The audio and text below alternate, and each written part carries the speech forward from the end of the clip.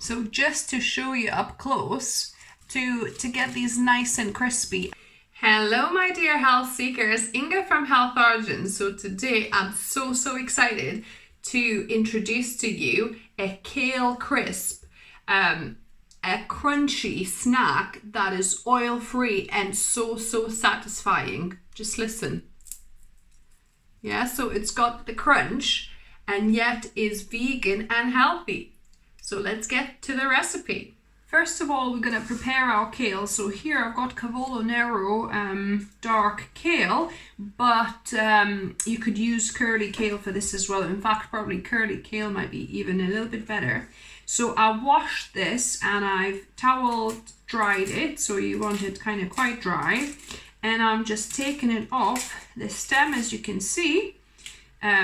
And then stems you could use in smoothies and soups, making stock. You know, pop them in the freezer and kind of cook it up with other bits of veggies you've got for stock. And then this, you just tear it into kind of bite-sized chunks like this. I prepared my kale. So this was about 200 grams of kale. Obviously that will come off as well. The stems are quite heavy. But yeah, the kale is ready. And here I have a cup of cashews that are quick soaked. Use my quick soak method, which I'll link above and down below. So ideally you want to soak these for a couple of hours. But if you don't have time like me, just quickly boil them for 5 minutes. So I drained those. So the cup of cashews. Now for our spices, I ran out of one of the spices, which is onion powder. So you want a teaspoon of onion powder, but I haven't got that, so I'll skip that. I definitely recommend you get some. And here I've got about half a teaspoon of garlic powder, which I'll add. And we want about just shy of a teaspoon of salt. Maybe I'll do 3/4 of a teaspoon, and then you could always add some more. Then the magic ingredient making this cheesy together with our vinegar is nutritional yeast flakes. You want a couple of tablespoons of nutritional yeast flakes and about couple of tablespoons of apple cider vinegar you could use as well, or white wine vinegar. White wine vinegar, your kind of resulting crisps will be more tangy. Then I've got a cup of spinach that I washed. So 1 cup of spinach. And then you could use a handful either of basil, or I've got parsley here, or you could do a combination of both. And then if you want yours smoky, you could always add about half a teaspoon of smoked paprika as well. I'm not going to make it with smoked paprika this time, just going to go for classic. So I like using stick blender for this. I find this works best with like thick pastes like this. So I'm going to just blend this together.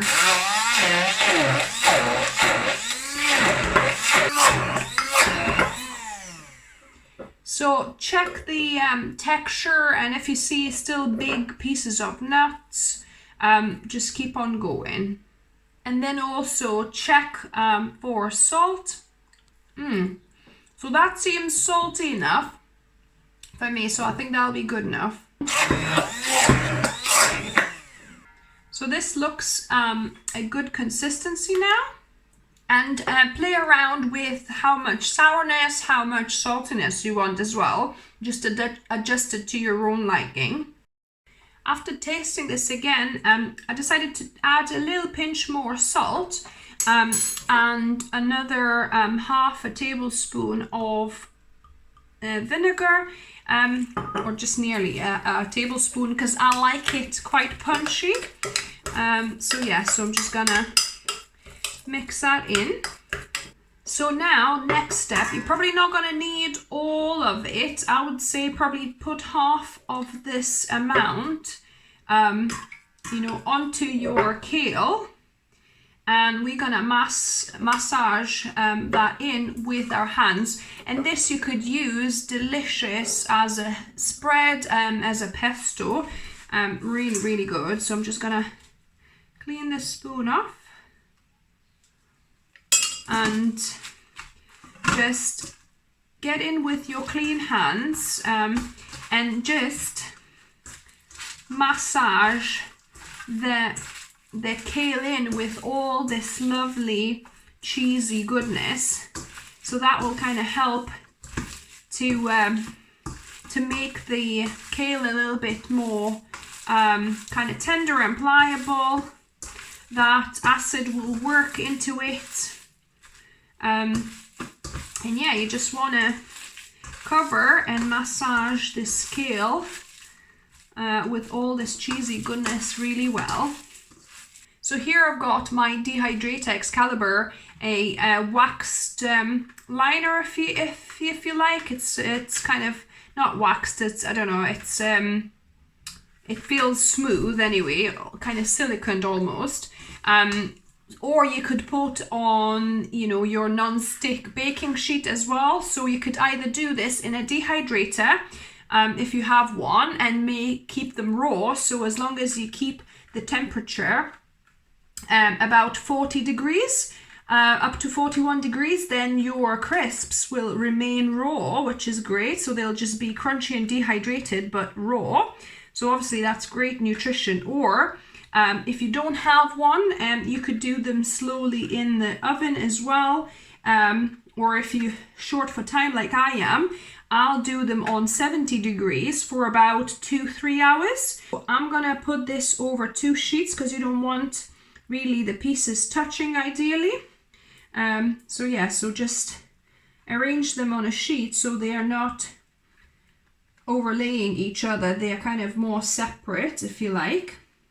Now these 2 sheets are ready to go into either your oven or your dehydrator at 70 degrees Celsius for about 2-3 hours, or if you're doing them raw, 40 degrees Celsius at about 6 to 8, maybe to 12 hours, depends how quickly your dehydrator dries them out. But yeah, let's check them in 2-3 hours. So just to show you up close, I've taken these off the dehydrator sheet. It took about I think 2.5 hours at 70 degrees Celsius in my dehydrator to get these nice and crispy. And then you want to keep these in a airtight container to keep them crisp. But yeah, let's try these now. Now on to the best bit, taste testing. So when I first discovered how to make these, oh my goodness, I kept on making them and making them. We had them so often, but I haven't made these for a while. So let me give this a go. Mind you, they have been sitting in a container overnight actually, so they are not as crispy as they were initially. A good idea is to get the airtight containers where you can suck out the air. That way they will stay crispy. And I have one of those, but I just forgot to put it in that one. But my goodness, they're still nice and crispy. And the flavor, oh, it's so nice. It's got like this kind of umami, cheesy, and it just, when you bite and just chew it, this flavor just keeps on developing. By the way, I have a pet fly, so if you spot it, let me know. Just a fly just flew in. Now the weather's getting better. We, opening the windows, and yeah, pet flies come into my video filming. So this is so good, guys. Wow, I could just keep on eating these. It's like, and it's, if you wanted it more salty, you could add more salt. If you wanted it more tangy, if you prefer like tangy crisps, for example, add more apple cider or wine vinegar to yours, and they'll be tangy. But this is just, you know, nice, kind of neutral, but like still cheesy and yummy flavor. So yeah, and I shared these with quite a few people coming to my stalls in the past.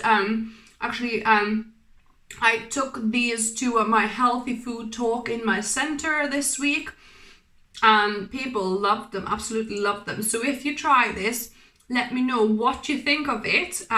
Isn't that revolution how a simple healthy vegetable, you know, can be, with a little bit of vegan pesto and a bit of drying time, can be transformed into delicious healthy crisps. So this is the only savory healthy snack I've been able to come up with so far that has that satisfying crunch, that kind of savory taste and crunch together. So yeah, let me know what you thought of it. If you try this, give me a thumbs up if you like the video. And if you're new here, welcome to the channel. I upload at least one video for you guys every week, whether it's whole food plant-based recipe or healthy lifestyle tips, natural weight loss tips as well, foraging recipes, so you can find all sorts here. And as always, remember, food is fuel, so be mindful of what you put in your body. Until next time.